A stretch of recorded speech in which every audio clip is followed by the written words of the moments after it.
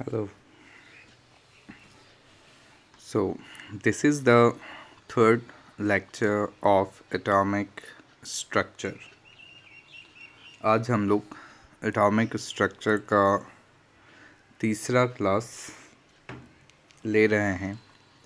अभी तक हम लोगों ने discovery of electron, discovery of proton, neutrons, Bohr's model, Rutherford experiment, Rutherford model, Rutherford model के फेल्योर्स की चर्चा कंप्लीट कर चुके हैं। आज कुछ इम्पॉर्टेंट टर्म्स हैं जो अपने को पता होना चाहिए, उसके बारे में हम लोग स्टडी करेंगे। सबसे पहला टर्म जो हमारे लिए है वो है एटॉमिक नंबर। अब कहता है किसी भी एटम के अंदर, एटम के न्यूक्लियस में कितने नंबर ऑफ प्रोटॉन्स प्रेजेंट हैं। तो हम लोग क्या डिस्कस कर रहे हैं, एटॉमिक नंबर, कि एटम के न्यूक्लियस के अंदर कितने नंबर ऑफ प्रोटॉन्स हैं, वही डिसाइड करता है एटॉमिक नंबर क्या होगा। अब अगर किसी न्यूट्रल एटम की हम लोग बात करते हैं, एटम न्यूट्रल्स होते हैं क्योंकि उनके अंदर number of electrons number of protons के बराबर होता है। तो यानी कि एटॉमिक नंबर को हम लोग नंबर ऑफ प्रोटॉन्स या फिर नंबर ऑफ इलेक्ट्रॉन्स के हेल्प से जान सकते हैं।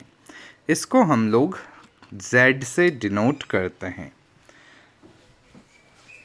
एटॉमिक नंबर के बाद दूसरा टर्म जो हम लोग समझते हैं वो है मास नंबर, यानी कि किसी भी एटम के न्यूक्लियस के अंदर कितने प्रोटॉन्स और कितने न्यूट्रॉन्स हैं, उनको अगर ऐड कर दिया जाए तो हमारे पास जो नंबर आता है वही नंबर होता है मास नंबर, और इसको हम लोग A से डिनोट करते हैं।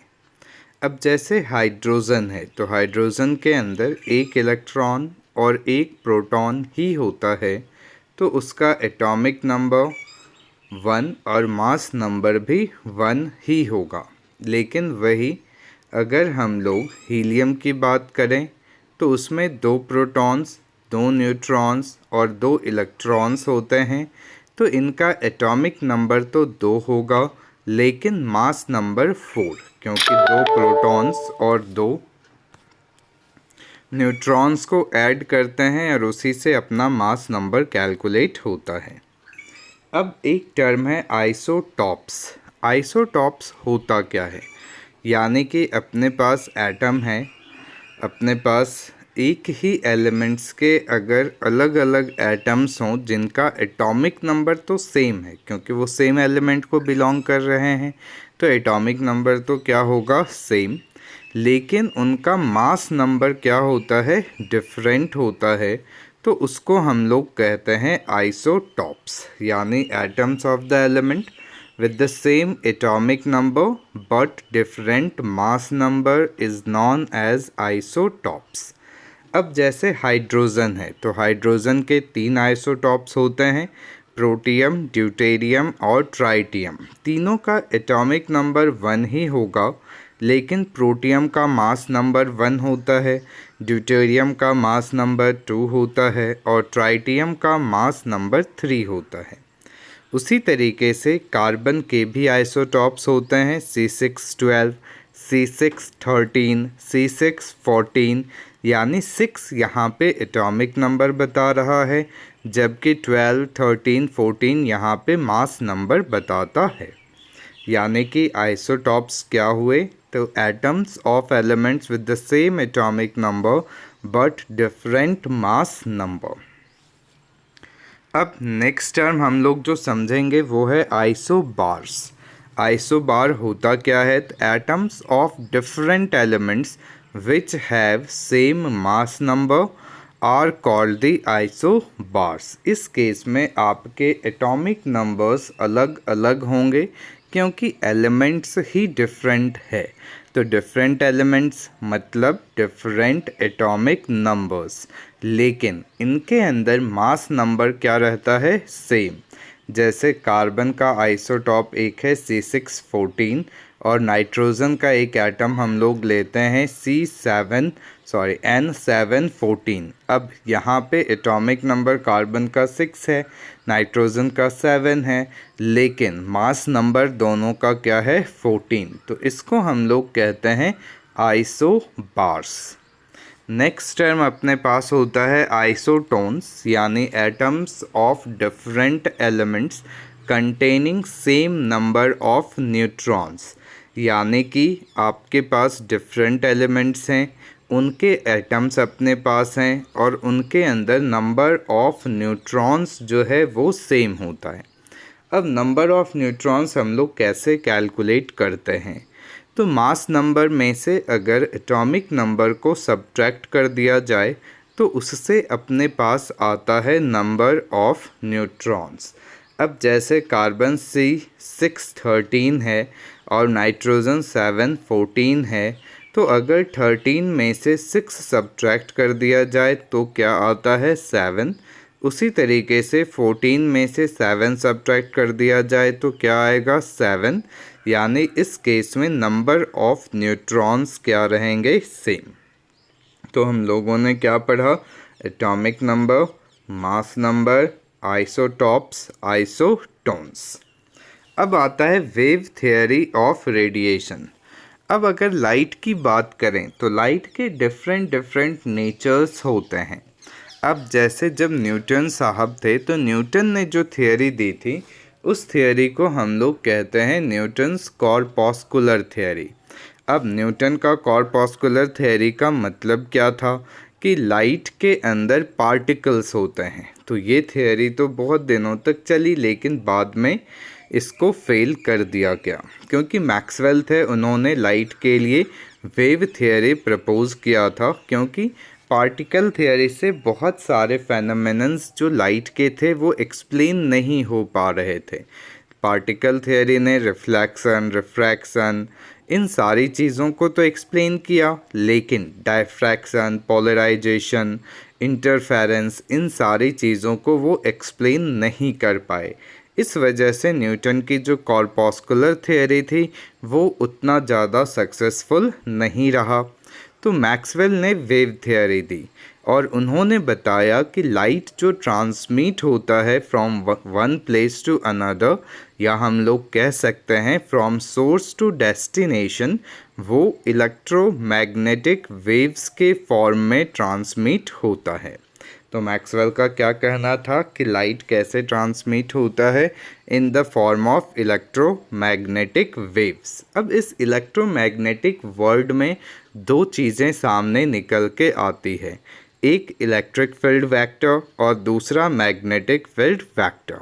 और हम लोगों को पता होता है कि जब भी इलेक्ट्रिसिटी फ्लो करेगी तो अपने चारों तरफ एक मैग्नेटिक फील्ड प्रोड्यूस करेगी, और जब मैग्नेटिक फील्ड की वैल्यू चेंज होगी तो वहाँ पे इलेक्ट्रिसिटी प्रोड्यूस होता है। तो वही है आपके पास कि it is related with oscillating electric field and magnetic field. और इलेक्ट्रोमैग्नेटिक वेव्स के केस में इसको किसी मीडियम की ज़रूरत नहीं होती है या एक जगह से दूसरे जगह तक ट्रैवल करने में। यानी एक आपके पास इलेक्ट्रिक फील्ड वेक्टर है और एक आपके पास मैग्नेटिक फील्ड वेक्टर है, और दोनों एक दूसरे को प्रोड्यूस करते हुए आगे बढ़ते चले जाते हैं। तो टॉपिक क्या था अपने पास, वेव थियोरी ऑफ रेडिएशन। तो लाइट के लिए पहली थियोरी न्यूटन कॉर्पस्कुलर थियोरी, लेकिन वो सक्सेसफुल नहीं था। फिर मैक्सवेल की वेव थियोरी, जहाँ पे हम लोग मानते हैं कि लाइट इलेक्ट्रोमैग्नेटिक वेव्स के फॉर्म में एक जगह से जो दूसरे जगह ट्रैवल करता है। अब आता है अपने पास वेव लेंथ। अब जब हम लोग वेव को ड्रॉ करते हैं तो distance between two neighbouring crest और ट्रॉज ऑफ वेव, यानी जो अपर मोस्ट पॉइंट होता है उसको हम लोग कहते हैं क्रेस्ट। यानी जब ऊपर की तरफ जाएंगे पॉजिटिव डायरेक्शन में तो जो मैक्सिमम डिस्टेंस ये ट्रैवल करता है उस पॉइंट को हम लोग क्या कहते हैं, क्रेस्ट। जो डिस्टेंस होगा वो एम्पलीट्यूड कहलाएगा, लेकिन पॉइंट को नाम देते हैं क्रेस्ट। अब दो कंसेक्यूटिव क्रेस्ट के बीच में और या फिर दो कंसेक्यूटिव ट्रॉ के बीच में जो डिस्टेंस होती है उसी को हम लोग वेवलेंथ कहते हैं, और इसको रिप्रेजेंट किया जाता है लैम्डा से। और इसको मेज़र करने के लिए हमारे पास जो यूनिट होती है वो होता है एंगस्ट्रॉम, और 1 एंगस्ट्रॉम में 10⁻⁻10 मीटर होता है। दूसरा टर्म जो हम लोग समझते हैं वो है फ्रिक्वेंसी, कि number of waves which passes through a particular point in 1 second, यानी 1 सेकेंड में कितना कंप्लीट वेव ये प्रोड्यूस करता है उसी को हम लोग फ्रिक्वेंसी कहते हैं। इसको हम लोग न्यू से रिप्रेजेंट करते हैं। इसका यूनिट CPS यानी साइकिल पर सेकेंड या फिर हर्ट्ज़ होता है। 1 हर्ट्ज़ का मतलब क्या है कि एक कंप्लीट ऑसिलेशन अगर 1 सेकेंड में हो रहा हो तो उसको हम लोग 1 हर्ट्ज़ कहते हैं।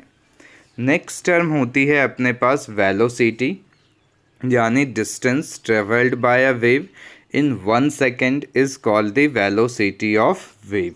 इसको हम लोग C से डिनोट करते हैं, और एक रिलेशन जो अपने को याद रखना है, C = न्यू लैम्डा, जहाँ पे C क्या है तो स्पीड या वेलोसिटी, न्यू क्या है फ्रिक्वेंसी, लैम्डा क्या है आपके पास तो वेवलेंथ। अब जैसे अगर हम लोग लाइट की बात करें तो लाइट की वेलोसिटी क्या होती है तो 3 × 10⁸ मीटर पर सेकेंड। अब ये रिलेशन यूज़ करके हम लोग फ्रिक्वेंसी भी निकाल सकते हैं C/λ, वेवलेंथ भी निकाल सकते हैं C/ν। अब एक टर्म होता है जिसको हम लोग कहते हैं वेव नंबर, यानी number of wavelengths per unit length, कि एक पर यूनिट लेंथ में कितने कंप्लीट वेव्स होंगे उसको हम लोग वेव नंबर कहते हैं। और ये आपके वेवलेंथ का रेसिप्रोकल होता है, और इसको न्यू बार से हम लोग डिनोट करते हैं। इसका यूनिट पर मीटर होगा, तो न्यू बार को 1/λ लिख सकते हैं और 1/λ को ν/c। एम्पलीट्यूड क्या होता है तो हाइट ऑफ क्रेस्ट और थ्रो, जो डेप्थ होगी उसी को हम लोग एम्पलीट्यूड कहते हैं, जिसको A से हम लोग डिनोट करते हैं। अब आता है इलेक्ट्रोमैग्नेटिक स्पेक्ट्रम। तो इलेक्ट्रोमैग्नेटिक स्पेक्ट्रम बेसिकली क्या होता है कि जब जितने भी इलेक्ट्रोमैग्नेटिक वेव्स अपने पास हैं उन सबों को उनके वेवलेंथ या फिर फ्रिक्वेंसी के हिसाब से अगर अरेंज कर दिया जाए तो उसको हम लोग कहते हैं इलेक्ट्रोमैग्नेटिक स्पेक्ट्रम। अब इसी में आपके पास alpha rays, beta rays, gamma rays, X rays, white light, infrared, ultrasonics, ये सारी चीज़ें आएंगी। तो इसके बारे में हम लोग नेक्स्ट लेक्चर के अंदर डिस्कस करेंगे। तो आज का क्या हो गया टॉपिक अपने पास, तो atomic number, mass number, isotopes, isotones, उसके बाद वेव थियरी, उसके बाद wavelength, frequency, amplitude, wave number, velocity और इलेक्ट्रोमैग्नेटिक स्पेक्ट्रम। Thank you.